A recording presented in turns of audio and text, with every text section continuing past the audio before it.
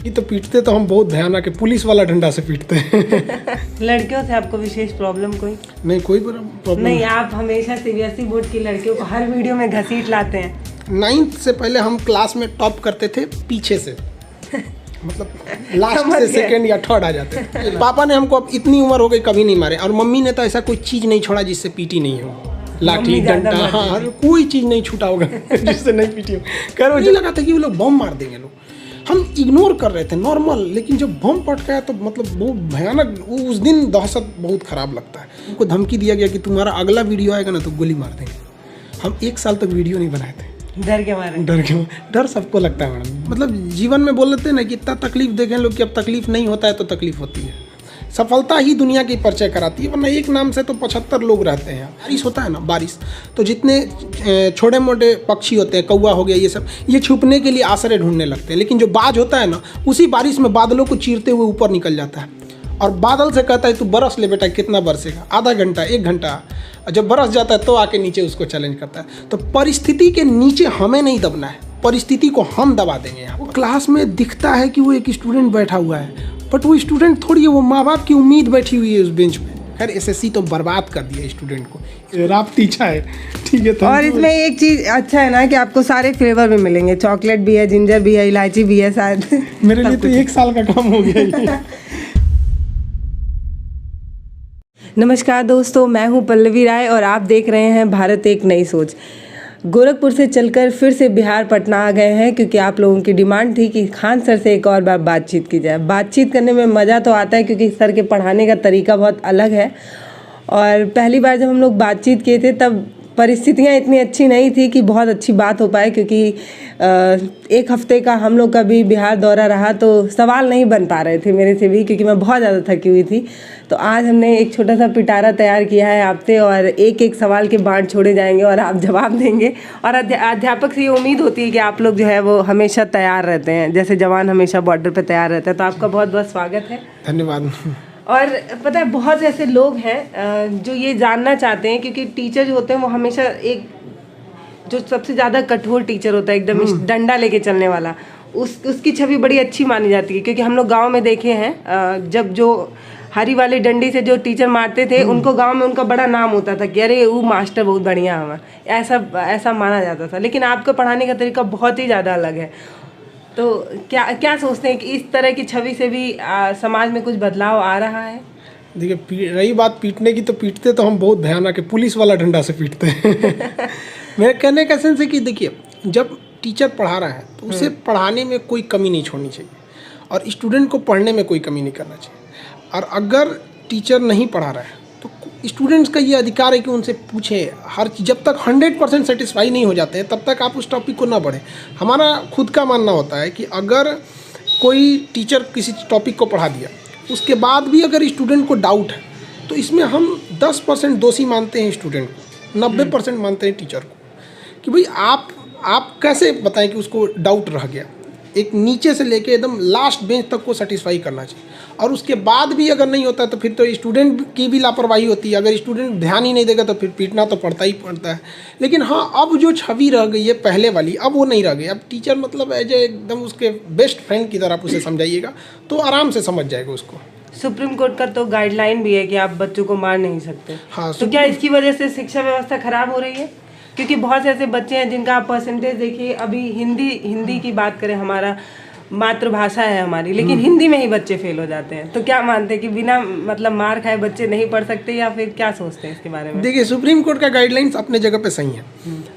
बच्चा जो होता है उसको कभी भी पढ़ाई इतनी इंटरेस्टेड चीज़ है ना कि उससे कोई भाग ही नहीं सकता है, बशर्ते उसको इंटरेस्ट, वो शौक उसमें आना चाहिए। अब इसमें 2 चीज़ें होती है। एक लड़कों का, जैसे मान के चलिए कि कोई टीचर पढ़ा रहा है एक स्टैंडर्ड में, तो लड़कों को भी रहना चाहिए कि हमको ये पहले से ये चीज़ आना चाहिए।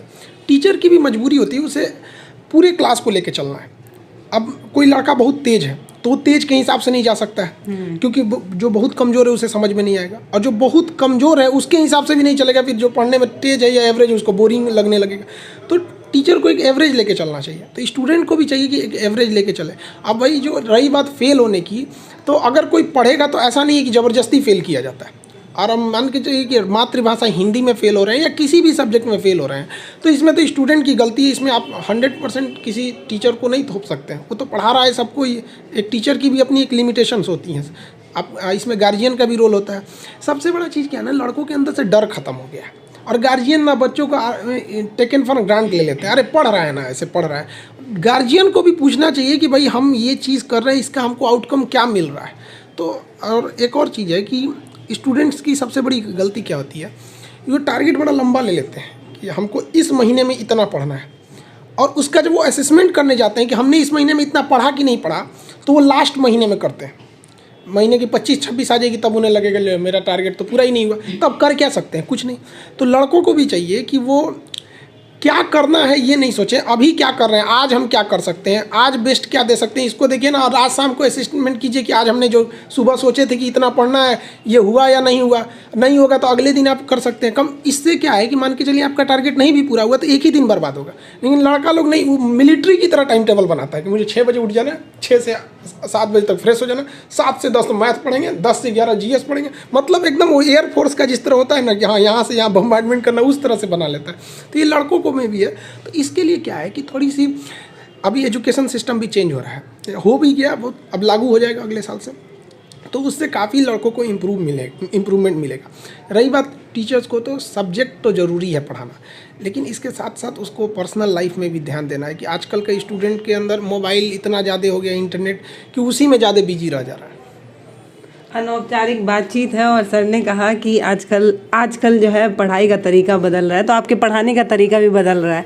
अच्छा, एक सवाल जो है ना, बहुत सी मेरी दोस्तों ने भी कहा था पूछने के लिए, मैं आपसे पूछूंगी भी। और मेरा सवाल यही है कि जब आप लिपस्टिक की बात करते हैं लड़कियों की, तो आप खुद ही बता देते हैं कि अच्छा ये होठ पे लगाने वाला लिपस्टिक होता है, गाल पे लगाने वाला ये होता है। तो आप कैसे इन सारे प्रोडक्ट का नाम जानते हैं? मैडम आपसे ज़्यादा डिमांड करती हैं, कैसे आपको पता है? ऐसा नहीं है, घर में आदमी रहता है तो देखता ही रहता है। अपने मान लीजिए कजन्स वगैरह जितने घर में रहते हैं उनको देखता है। देखिए मेन ये है कि हम लोग वो जानबूझ के इस तरह से वर्ड यूज़ करना पड़ता है कि लड़कों को समझ में आए। हम किताबी भाषा तो आप मानते हैं कि लड़के ज़्यादा नोटिस करते हैं सारी चीज़ें? देखिए कोई भी चीज़ आदमी आप नोटिस की वही चीज़ बताइए ना जो वो जानता है। सीधी सी बात, वो जो नॉर्मल जीवन में हर जगह साइंस है, हर जगह उसका यूज़ हो सकता है। तो आप नॉर्मल चीज़ों को बताइए जिसे वो जानता है, उसको अलग से किताबी दुनिया में मत लीजिए।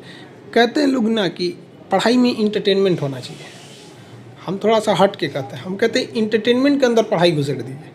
लड़का को लगेगा ही नहीं कि हम पढ़ाई करने हैं, वो तो सोचेगा कि हम इंटरटेन करके पढ़ के चला गया। वो उसको बोरियत नहीं महसूस होना चाहिए कि लड़का जब क्लास में घुसे ना, लास्ट में जब आपको बोलिए कि हाँ आज का क्लास ओवर, तो वो चौंक जाए, 1 घंटा खत्म हो गया मेरा। इस तरह से रहेगा तो कोई फेल नहीं होगा। और समस्या क्या है कि हम लोग की जो एजुकेशन सिस्टम बनाया किसने था? लॉर्ड मैकाले ने। उसने सबसे बड़ा खराबी क्या किया? हमारे अंदर सवाल पूछने की क्षमता खत्म कर दी। हम ये पूछते हैं कि टीचर बता दिया ये ऐसा है या इस किताब में ऐसा लिखा है। हम ये कहते हैं कि जिस किताब में ये लिखा है या जिस साइंटिस्ट ने ये बताया है, उसके पास अलग से तो कोई दिमाग नहीं था, उसने क्या सोच के ये सिद्धांत दे दिया। हम वो क्यों नहीं देखते हैं? जैसे अगर हमें प्यास लगे तो कोई 1 गिलास पानी ले आके दे दे तो प्यास तो बुझ जाएगी, लेकिन हम उस आदमी पे डिपेंडेंट हो जाएंगे। तो हमें ये सोचना चाहिए कि जब प्यास लगे तो हम वो जगह ढूंढ ले, पानी आ कहाँ से रहा है, फिर वो आदमी रहे ना रहे कोई फ़र्क नहीं पड़ता है। तो मैकाले ने ऐसा सिस्टम व्यवस्था बना के चला गया कि हमारे लिए एक बहुत 200 साल जो, देखिए हम लोग जब दिल्ली सल्तनत का काल था तभी हम लोग गुलाम रहे थे, विदेशी आक्रांता आके कब्जा कर लिए थे, मुगलों के टाइम पे भी रहे थे। लेकिन इस समय हम लोग का मानसिक पतन नहीं हुआ था। जो अंग्रेज आए सब ना, उन लोगों ने इस तरह से प्लानिंग किया ना कि आने वाले 200 साल तक को उन लोगों ने ना मेंटली बर्बाद करके चले गए सब वहाँ पे। आज देखिए हम लोग आपस में ऐसा व्यवस्था करके चले गए सब कि हम नए नए चीज़ों की ओर नहीं जा सकते। तो ये सब चीज़ों में अब धीरे धीरे सुधार भी हो रहा है। अच्छा, आप अपने मैक्सिमम वीडियो में ये एक्सेप्ट भी करते हैं कि आजकल के जो हमारे यंग युवा भाई लोग हैं उनका ज़्यादा नोटिस होता है, वो क्लास में लड़कियों के प्रति ज़्यादा रुझान रहता है। आपकी वीडियो से भी पता चलता है। तो मैं ये भी जानना चाहती हूँ कि आप भी तो इसी ज़माने में पढ़ के निकले हैं, आप भी बहुत पुराने नहीं हैं, तो क्या आपके कॉलेज में भी ऐसा कुछ था? आपका भी कहीं इंटरेस्ट था कुछ? अब आप ऑन कैमरा बताएं या ना बताएं, क्योंकि आपकी शादी तय हो चुकी है, तो हो सकता है इसमें दिक्कत आ सकती है। नहीं देखिए ये सब चीज़ें जो होती हैं ना, आजकल लड़कों में ना एक उम्र का दोष होता है। लड़के उस उम्र में रहते हैं तो उनको समझ में नहीं आता है हर चीज़ का। लड़कियों को भी इंक्लूड कर सकते हैं। हाँ, लड़कियों भी, लड़का लड़की सबको कहते हैं, ये एक एज का डिफरेंस है। लेकिन समय बहुत अजीब चीज़ होता है। समय और समझदारी दोनों बड़ी अजीब चीज़ है। जब समय रहता है ना तो समझदारी नहीं आती, जब समझदारी आती है तो समय चला जाता है। दुनिया का कोई इंसान कामयाब हुआ है तो उसको एक ही चीज़ है कि उसने समय रहते समझदार हो गया था, और असफलता वही हुआ है जो समय के बाद पछताने से कोई फ़ायदा नहीं। लोग यहाँ ड्रीम देखते हैं, ड्रीम। हम आपको अपनी पर्सनल बात बताते हैं, हम स्टूडेंट लाइफ में कभी ड्रीम नहीं देखे थे। लड़कों का जो ड्रीम था ना, मेरा ड्रीम मेरा प्लान था, not my dream, it's my plan, कि हमको ये करना है। और वही हम अपने फ्रेंड सर्किल में देखते थे ना, उनका वो सपना था, काश ये हो जाता, मैंने काश ये हो जाता, काश हम ये करेंगे और ये हम करके दिखाएंगे। तो हमने अपनी ज़िंदगी में कभी कोई ड्रीम नहीं देखा, और आज तक हमारा कोई सपना नहीं है। वो मेरा प्लान है, हमें ये करना है, और हम उसको जब तक नहीं कर लेते हैं हमको एकदम मतलब शांति नहीं रहता। और स्टूडेंट लाइफ में लड़के देखिए, जो भी अपने समय से साथ खिलवाड़ किया उसको तो चौपट होना फिक्स है। तो जो भी आजकल स्टूडेंट है, लड़का लड़की, ये लोग में इनको लगता है कि ये जो 4 दिन की चांदनी है इनमें लगता है, तो जो इनकी स्टूडेंट लाइफ की ज़िंदगी जिनकी बहुत रंगीन रहती है ना, उनका आगे का पूरा जीवन सादा बीत जाता है। और स्टूडेंट लाइफ में जितना सादा ज़िंदगी बिताइए, आगे की ज़िंदगी उतनी आसान है। हम लोग की रही बात स्टूडेंट लाइफ की, हम लोग की तो हमारा मतलब बताते हैं ना कि पॉकेट खर्च से भी कम पैसे आते थे हम लोग के पास। शायद यही रीज़न रहा था कि आज हम लोग यहाँ पे हैं। उस वक्त हम मतलब देखते थे और दोस्तों को कि इनके फैमिली से इतने पैसे आ जाते हैं, तो कभी कभी अपने परिवार वालों को भी कोसते थे, यार एक मेरे परिवार वाले हैं, मतलब एक शर्ट खरीदने का भी एक्स्ट्रा पैसा नहीं देते। लेकिन आज हमें बहुत खुशी होती है कि सही किया उन लोगों ने नहीं दिया, क्योंकि आज मेरे लिए प्राइस टैग मायने ही नहीं रखता है, उस पर कितना प्राइस है ये मायने नहीं रखता है। लेकिन क्या कहिएगा, उस समय अब एक वो रह गया ना, स्टूडेंट लाइफ में गार्जियन जितना भी बच्चों को दबा के रखें, कम पैसे दें, वो ज़्यादा बेटर रहता है। यही लाइफ रहती है लड़का लड़की सबके लिए। हम यही कहेंगे, स्टूडेंट लाइफ को सादा बिताना चाहिए। आपका एक वीडियो देख रही थी, उसमें आपने फांसी वाली बात बताई थी। एक लड़की को फांसी दी जा रही है और जो उन्होंने किया वो जघन्य अपराध है, मानती हूँ, लेकिन आप उसमें जो लाइन बोले हैं उसी पे क्वेश्चन बना रहे हो। आपने कहा कि जो हमारे आजकल के जो युवा हैं वो जो लव मैरिज करते हैं वो गलत है। तो मैं आपसे पूछना भी चाहती हूँ कि आप तो एक तो संविधान में बहुत भरोसा रखते हैं, आप संविधान प्रिय इंसान हैं, दूसरी तरफ आप कहते हैं कि युवा जो है उनको लव मैरिज नहीं करना चाहिए, बल्कि संविधान खुद कहता है कि जो समझदार हैं, जो 18 साल से ऊपर हैं, वो किसी भी जाति धर्म लिंग में शादी कर सकते हैं। ये इंसान जो उनकी व्यक्तिगत स्वतंत्रता होनी चाहिए। तो आप दोनों बात काट नहीं रहे हैं, एक तरफ आप संविधान को भी पसंद करते हैं और दूसरी तरफ आप कह रहे हैं कि लव मैरिज भी नहीं करना है। देखिए, हम कभी नहीं कहे कि लव मैरिज गलत है, लेकिन लव मैरिज के लिए इसका मतलब ये नहीं कि केवल माँ बाप से लव नहीं है, इसका मतलब भाई बहन का लव वो नहीं है। मतलब अगर हम अपने लव मैरिज के चक्कर में, या कोई लड़का या कोई लड़की अपने लव मैरिज के चक्कर में पूरे परिवार के लव को चौपट कर दे, तो हमारा कहना है कि साथ चलिए, कचल के मत चलिए किसी को। आपका ज़िंदगी है, माँ बाप ने जिसे उंगली पकड़ के चलना सिखाया, आप अपना घर छोड़ के चले जाएंगे, या फिर वो जिसने शबनम वाला जो केस अभी हाल में हुआ है, कितना जघन्य अपराध किया, ऐसे को लव कहते हैं इसको? नहीं, मैं उनकी बस वो वीडियो के बारे में बता रही थी कि मैंने वहाँ से वो लाइन कैच की है। मैं आपसे पूछना चाहती हूँ, आपकी व्यक्तिगत राय क्या बनती है कि जो संविधान तो ये कहता है कि 18 साल के बाद हर इंसान इतना परिपक्व हो सकता है कि वो अपना जीवन साथी चुने, और उसको चुनना भी चाहिए, एकदम चुनना चाहिए, लेकिन केवल जीवन साथी चुन लेना ही लास्ट डिसीजन नहीं होता है। हम कोई लड़का अभी मैट्रिक में, इंटर में है, ग्रेजुएट, खुद सेटल नहीं है, जीवन साथी चुन लेगा, 2-3 साल बाद उसके बच्चे होंगे, उसको कहाँ ले जाएगा वो? फिर उसके लिए तो अपना जीवन साथी चुन लिया, आने वाली पीढ़ी का जीवन बर्बाद कर दिया। आप एक सेटल्ड हो गए हैं, आपकी जॉब हो गई है, या फिर आप एक अच्छे से सेटल्ड हैं, नो डाउट आप कीजिए। हम कौन होते हैं रोकने वाले? संविधान अधिकार देता है उन्हें। हम एक टीचर हैं, हमारा कोशिश यही रहता है कि बच्चों को हम, बहुत सी चीज़ होती है जो तजुर्बा होना चाहिए। हम लोग को एक्सपीरियंस है कि दुनिया इस तरह नहीं है, जब तक आप सफल नहीं हैं तब तक आपका कोई वैल्यू नहीं है। सफलता ही दुनिया की परिचय कराती है, वरना एक नाम से तो 75 लोग रहते हैं। तो स्टूडेंट अभी कॉलेज में है, उसको पढ़ाई पर फोकस करना चाहिए। अभी से वो जीवन साथी खोजेगा तो फिर पढ़ाई कब करेगा? एक साथ आप 2 काम नहीं ना कर सकते। तो उसको मेन फोकस करना चाहिए सक्सेस होना। सक्सेस हो जाओ तो कर लो भाई, तुमको कौन रोक रहा है? और सक्सेस होने के बाद कोई रोकता भी नहीं है। जो बोलते हैं लोग ने कि लव मैरिज ये मतलब ख़राब है, ये गार्जियन रोकते हैं, ये उन्हीं बेरोजगारों को रोकते हैं जिनकी खुद की नहीं है कोई, मतलब बाप के पैसा पे तुम लड़की खोजेगा, ये कौन सा लव है? ये तो मैं मान रही हूँ, आप बात सही कर रहे हैं, लेकिन समाज में हमारे ये जाति वाला भी मसला होता है और इस वजह से भी लोग शादी नहीं करना चाहते हैं। जैसे कि मान लीजिए कोई हिंदू है तो नहीं चाहता है, उसके मम्मी पापा नहीं चाहते हैं कि मुस्लिम से शादी हो, मुस्लिम नहीं चाहते हैं हिंदू से शादी हो। ये सब चीज़ों में चेंज होने में बहुत समय लग जाएगा। ये सब इस पचड़े में नहीं पड़ना नहीं, इस सब चीज़ में हम तो कहते हैं कि भाई ये सब थोड़ा सा मतलब इसमें जाइएगा तो एक पॉलिटिकल इशू हो जाते हैं, सब चीज़ें अलग हो जाते हैं। लेकिन मेनली हम लोग का कहना है कि स्टूडेंट को इस सब चक्कर में जल्दी नहीं रहना चाहिए। सक्सेस हो जाओगे तो माँ बाप खुद ही कह देते हैं। एक लड़का अच्छे से सक्सेस हो जाएगा तो माँ बाप उसको कभी नहीं दबाव बढ़ाते, वो खुद कहते थे भाई देखो तुमको अपने पसंद के हिसाब से देख लो। नहीं तो उनको डर होता है कि वो करेगा अपने मन का ही, सेटल है, कमा रहा है तो वो करेगा। तो फिर क्या दिक्कत है उसको लिए? पहले सेटल हो जाना चाहिए ना। First become philosopher, then first become rich and then become philosopher. अच्छा, आपका बचपन कैसा रहा है? बचपन में आपने बहुत ज़्यादा बचपन में हम देखिए फाइनेंशियल स्थिति हम लोग की सही नहीं थी।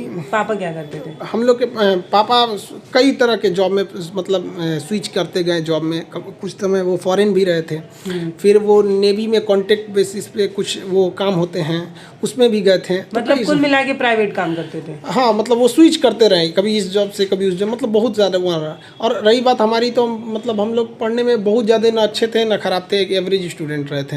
लेकिन हाँ, जिम्मेदारी पता थी कि हमारी परसेंटेज बताएंगे? परसेंटेज मतलब किस चीज़ में?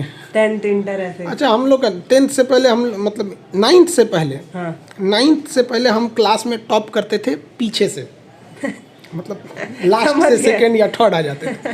बट 9th में हम लोग को रियलाइज़ हुआ ना, पता नहीं कैसे, एक तरह से कहिए ना कि जैसे नहीं मोक्ष की प्राप्ति हो जाती है इस टाइप की। रियलाइज़ हो गया, मतलब एक अजीब सा टाइप का एक रियलाइज़ होने लगा कि नहीं पढ़ाई बहुत ज़्यादा। वो रियलाइज पापा के मार की वजह से तो नहीं हुआ? नहीं, पापा ने हमको अब इतनी उम्र हो गई कभी नहीं मारे, और मम्मी ने तो ऐसा कोई चीज़ नहीं छोड़ा जिससे पीटी नहीं हो। लाठी डंडा, हाँ, कोई चीज़ नहीं छूटा होगा जिससे नहीं पीटी हो। खैर वो जरूरी भी है, और पापा कभी नहीं डांटे हम लोग को। लेकिन जब तक लड़के के अंदर खुद से रियलाइज़ नहीं होगा कि हमें पढ़ना चाहिए, ये शौक नहीं होगा। ऐसा क्यों हुआ था? कुछ रीजन? हाँ, हम ये जरूर बताएंगे। कोई नहीं डांट के पढ़ा सकता, हम गारंटी करते हैं किसी को कोई डांट के पढ़ा ही नहीं सकता है। ये शौक कब आती है? जब आपको पढ़ाई समझ में आने लगती है। जिस दिन लड़के को पढ़ाई समझ में आने लगा, अच्छा ये ऐसे नहीं ये ऐसे होगा ना, उसको एक अगर समझ में आ गया ना तो उसके लिए पढ़ाई वो खेल हो जाएगा। जैसे देखिएगा, आदमी कपड़ा वगैरह देखते हैं, कपड़ा में कुछ धागा निकलता है, अगर वो धागा आगे जाके फंस जाता है ना तो लोग उसको नहीं खींचते हैं, और अगर वो धागा खींचता गया ना तो अपन पूरा खींचते चले जाते हैं। तो वैसे ही पढ़ाई है।